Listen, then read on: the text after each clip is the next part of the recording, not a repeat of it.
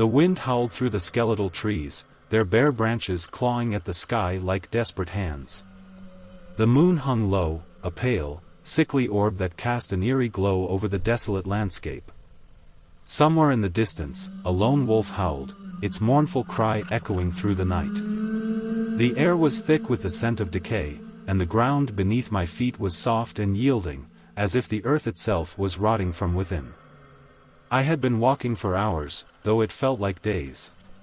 My legs ached, and my breath came in ragged gasps. The forest seemed endless, a labyrinth of shadows and whispers that twisted and turned in on itself. I had lost all sense of direction, and the map I had brought with me was now nothing more than a crumpled piece of paper in my pocket, useless in the oppressive darkness. I stumbled over a root, nearly falling face first into the mud. Cursing under my breath, I righted myself and pressed on, my heart pounding in my chest. I couldn't shake the feeling that I was being watched, that unseen eyes were following my every move. The forest was alive, and it was not friendly. I had come to this place in search of answers. My sister, Emily, had disappeared here 6 months ago. She had been part of a research team studying the local flora and fauna, but they had vanished without a trace. The official report had blamed it on a landslide, but I knew better.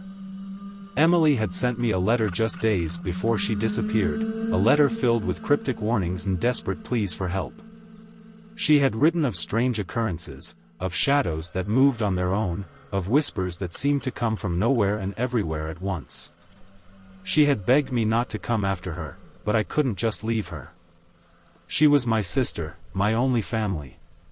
The forest grew denser, the trees pressing in on all sides. The air was colder here, and I could see my breath fogging in front of me. My flashlight flickered, the beam growing weaker with each passing moment. I shook it, willing it to stay alive, but the light continued to dim. I was running out of time. And then I saw it. A clearing up ahead, bathed in an unnatural light. The trees seemed to part around it, as if they were afraid to get too close. In the center of the clearing stood a stone altar, its surface stained with something dark and viscous.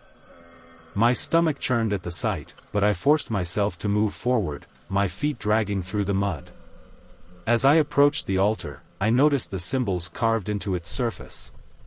They were ancient, their meanings lost to time, but they radiated a malevolent energy that made my skin crawl. I reached out to touch one, but pulled my hand back as a sharp pain shot through my fingers. The symbols were alive, pulsating with a dark power that seemed to seep into the very air around them. And then I heard it. A low, guttural growl that seemed to come from everywhere and nowhere at once. I spun around, my flashlight beam slicing through the darkness, but there was nothing there.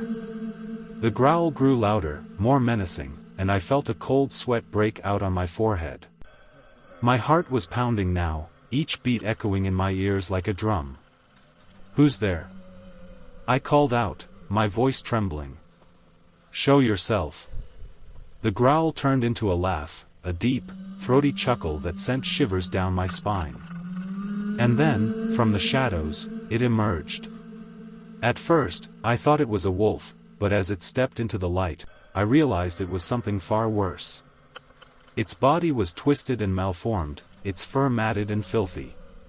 Its eyes glowed with a sickly yellow light, and its mouth was filled with rows of jagged, razor-sharp teeth. It was a demon, a creature of pure evil, and it was staring right at me. I took a step back, my mind racing. I had no weapons, no way to defend myself. The demon advanced, its claws clicking against the stone altar. I could smell its breath, a foul stench of decay and death that made my stomach churn. And then, from behind me, I heard a voice. "Run." I turned, and there she was. Emily. Her face was pale and drawn, her eyes wide with fear. She looked different, older, as if the months she had been missing had aged her decades. But it was her, I was sure of it. "Emily!" I cried, reaching out to her. "Thank God, you're alive." But she didn't move.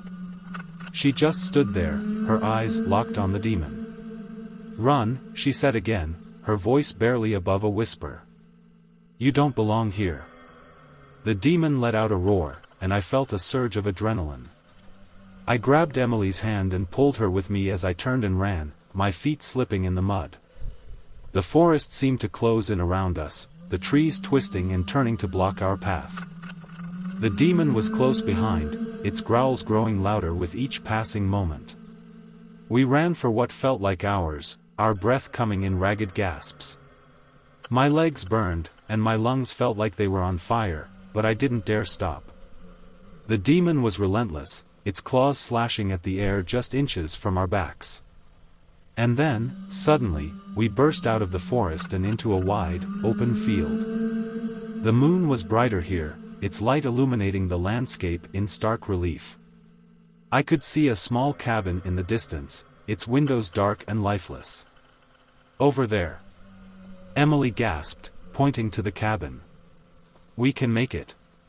We sprinted across the field, our feet pounding against the hard ground. The demon was still behind us, but it seemed to be slowing down, as if the open space was weakening it. We reached the cabin and threw ourselves inside, slamming the door shut behind us. I leaned against the door, my chest heaving as I tried to catch my breath. Emily collapsed onto the floor, her face pale and drawn. The cabin was small and sparsely furnished, but it was a welcome respite from the horrors outside. "What the hell was that thing?" I asked, my voice trembling. Emily shook her head, her eyes filled with tears. "It's been here for centuries," she said. "It's a demon, a guardian of the forest. It feeds on fear, on pain. It's been hunting us, picking us off one by one." I felt a chill run down my spine. "Why didn't you tell me? Why didn't you warn me?"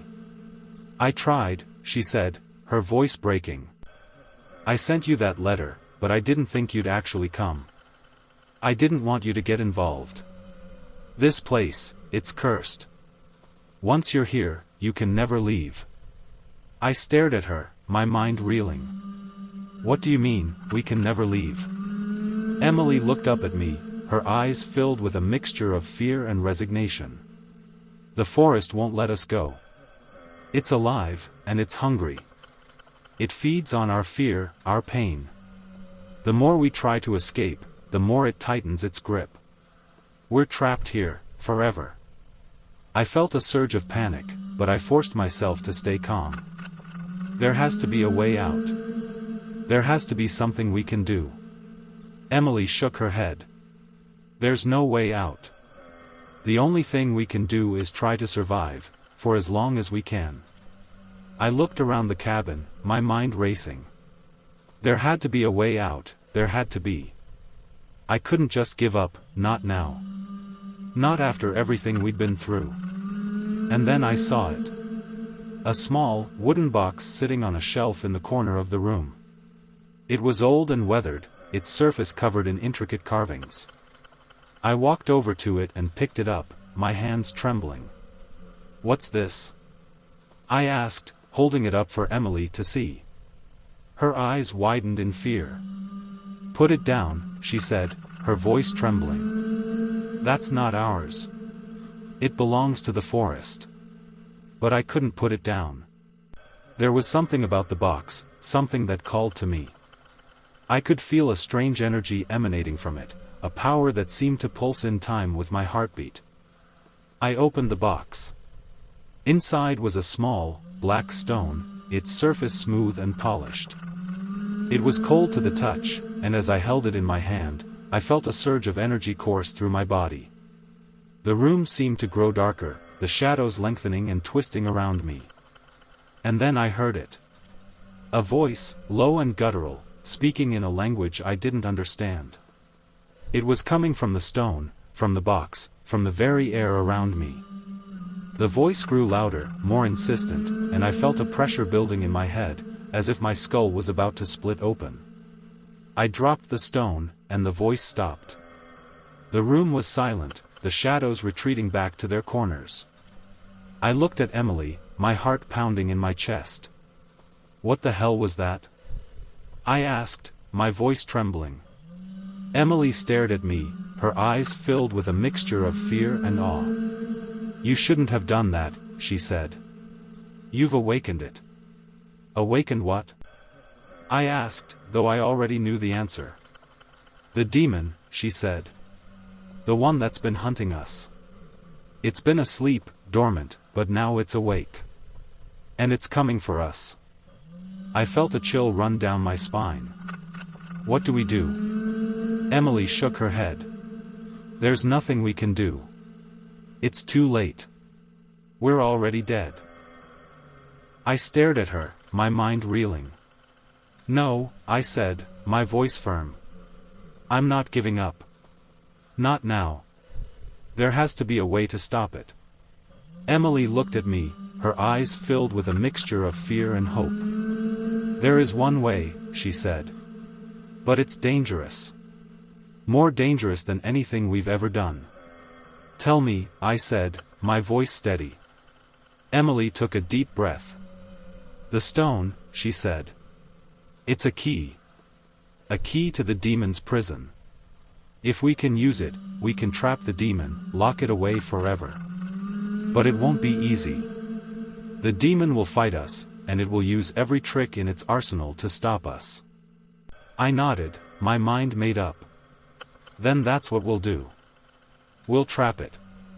Emily looked at me, her eyes filled with a mixture of fear and determination. We'll need to be quick, she said. The demon will be here soon. We don't have much time. I grabbed the stone and held it tightly in my hand. It was cold, but it gave me a strange sense of comfort.